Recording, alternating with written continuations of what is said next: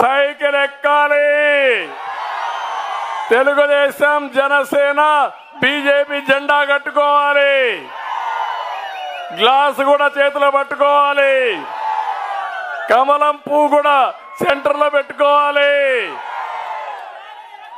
ఇంకా మీరు దూసుకెళ్ళండి. మీకు అడ్డొచ్చేవాళ్ళు ఎవరు ఉండరు. మేము అండగా ఉంటాం. ఈరోజు మనకు ఒకటే, 175 మంది అసెంబ్లీ అభ్యర్థులు మన అభ్యర్థులే. రాష్ట్రాన్ని రక్షించే వ్యక్తులే. 25 పార్లమెంట్లు గెలవాలి.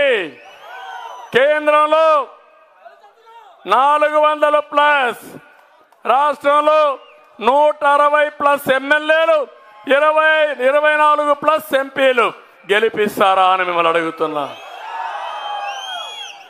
సంవత్సరానికి 4 లక్షల ఉద్యోగాలు ఇస్తా. తొలి సంతకం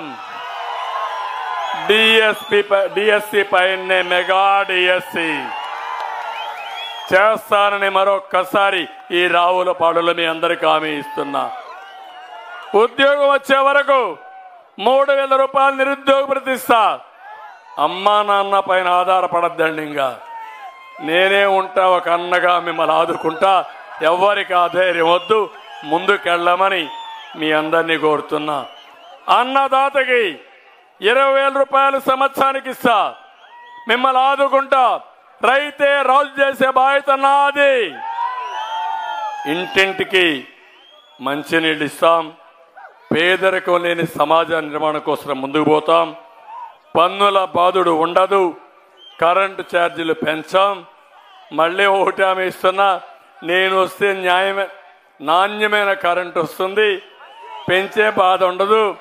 24 గంటలు కరెంటు ఉంటుంది. ఎవ్వరికి ఇబ్బంది ఉండదు. నేను అడుగుతున్నా, ఇక్కడికి వచ్చినప్పుడు పచ్చగా ఉండే ఈ కొత్తపేటను జగ్గిరెడ్డి మాఫియా,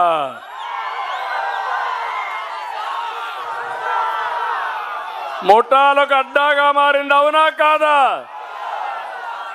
మేనమామని షాడో ఎమ్మెల్యేగా పెట్టుకుని బదిలీలు, కాంట్రాక్టర్లు, ఎక్కడికక్కడ అవినీతి.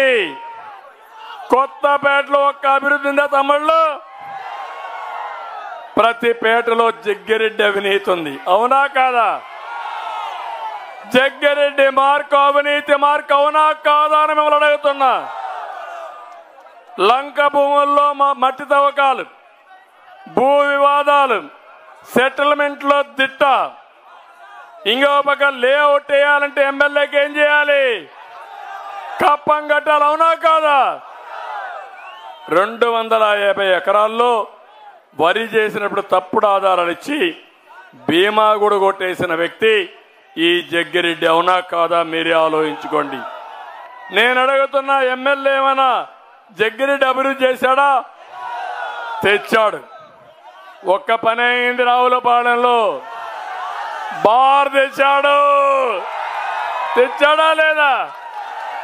లంచం కోసం బార్ తెచ్చిన వ్యక్తి, చిల్లర కోసం బార్ తెచ్చిన వ్యక్తి. నేను అడుగుతున్నా, ఇంకొక పక్క